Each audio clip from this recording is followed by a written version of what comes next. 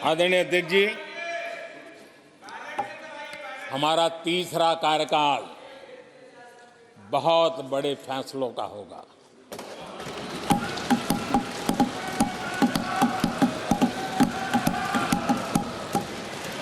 मैंने लाल किले से कहा था और राम मंदिर प्राण प्रतिष्ठा के समय भी मैंने उसको दोहराया था। मैंने कहा था देश को अगले 1000 वर्षों तक समृद्ध और सिद्धि के शिखर पर देखना चाहिए। तीसरा कार्यकाल अगले 1000 वर्षों के लिए एक मजबूत नींव रखने का कार्यकाल होगा।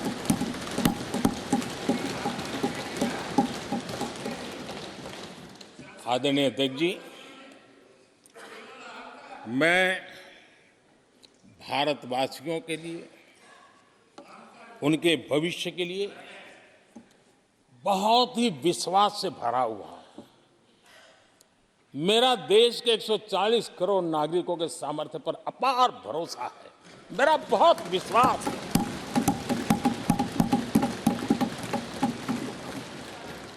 दस वर्षों में 25 करोड़ लोग गरीबी से बाहर आए, ये सामर्थ्य दिखाता है।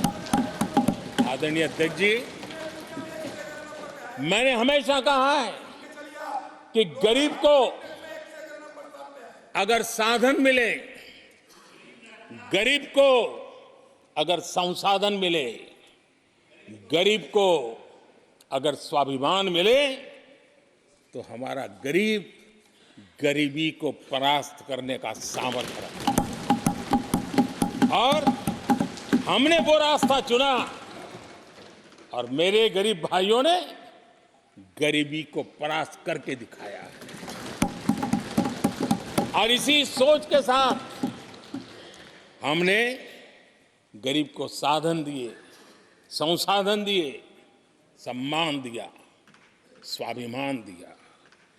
50 करोड़ गरीबों के पास आज बैंक खाता है। कभी वो बैंक से गुजर नहीं पाता। 4 करोड़ गरीबों के पास पक्का घर है। घर उसके स्वाभिमान को एक नया सामर्थ्य देता है। 11 करोड़ से अधिक परिवारों को पीने का शुद्ध जल पानी नल से मिल रहा है। 55 करोड़ से अधिक गरीबों को आयुष्मान भारत कार्ड मिला है। घर में कोई भी बीमारी आ जाए, उस बीमारी के कारण फिर से वो गरीबी की तरफ लुढ़क न जाए, उसको भरोसा है कितनी भी बीमारी क्यों ना आ जाए, मोदी बैठा है। 80 करोड़ लोगों को मुफ्त अनाज की सुविधा दी गई है। आदरणीय अध्यक्ष जी, मोदी ने उनको पूछा जिनको पहले कोई पूछता तक नहीं था। देश में पहली बार रेहड़ी पटरी वाले साथियों के बारे में सोचा गया। पीएम स्वनिधि योजना से आज वो ब्याज के चक्कर से बाहर निकले, बैंक से पैसे लेकर अपने कारोबार को बढ़ा रहे हैं। देश में पहली बार हाथ का हुनर जिनका सामर्थ्य है, जो राष्ट्र का निर्माण भी करते हैं, ऐसे मेरे विश्वकर्मा साथियों के बारे में सोचा गया। उनको आधुनिक टूल, आधुनिक ट्रेनिंग, पैसों की मदद, वैश्विक मार्केट उनके लिए खुल जाए, ये मेरे विश्वकर्मा भाइयों के लिए हमने कहा। देश में पहली बार पीवीटीजी यानी जनजातियों में भी अति पिछड़े जो हमारे भाई बहन हैं, संख्या बहुत कम है, वोट के हिसाब से किसी को नजर नहीं जाती। हम वोट से परे हैं, हम दिलों से जुड़े हैं और इसलिए पीवीटीजी जातियों के लिए पीएम जनमन योजना बना करके उनके कल्याण का मिशन मोड में काम उठाया है। इतना ही नहीं,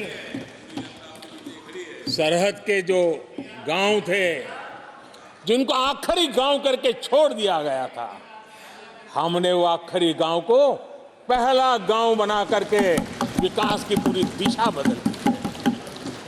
आदरणीय अध्यक्ष जी, मैं जब बार बार मिलेट्स की वकालत करता हूं, मिलेट्स की दुनिया के अंदर जाकर के चर्चा करता हूं, G20 के देशों को लोगों के सामने गर्व के साथ मिलेट्स परोसता हूं, उसके पीछे मेरे दिल में 3 करोड़ से ज्यादा मेरे छोटे किसान हैं जो मिलेट्स की खेती करते हैं। इनका कल्याण, इससे हम जुड़े हुए हैं। आदरणीय अध्यक्ष जी, जब मैं वोकल फॉर लोकल की बात करता हूं, जब मैं मेक इन इंडिया की बात करता हूं, तब मैं करोड़ों गृह उद्योग, लघु उद्योग, कुटीर उद्योग, उससे जुड़े हुए मेरे लाखों परिवारों के साथ उनके कल्याण के लिए सोचता हूं। आदरणीय अध्यक्ष जी, खादी, कांग्रेस पार्टी ने उसको भुला दिया, सरकारों ने भुला दिया। आज मैं खादी के ताकत देने में सफलतापूर्वक आगे बढ़ा हूं, क्योंकि खादी के साथ, हैंडलूम के साथ करोड़ों बुनकरों की जिंदगी लगी हुई है। मैं उनके कल्याण को देखता हूं। आदरणीय अध्यक्ष जी, हमारी सरकार हर कोने में गरीबी को निकालने के लिए, गरीब को समृद्ध बनाने के लिए अनेक विविध प्रयासों को कर रही है। जिनके लिए वोट बैंक ही था, उनके लिए उनका कल्याण संभव नहीं था। हमारे लिए उनका कल्याण राष्ट्र का कल्याण है और इसलिए हम उसी रास्ते पर चल पड़े।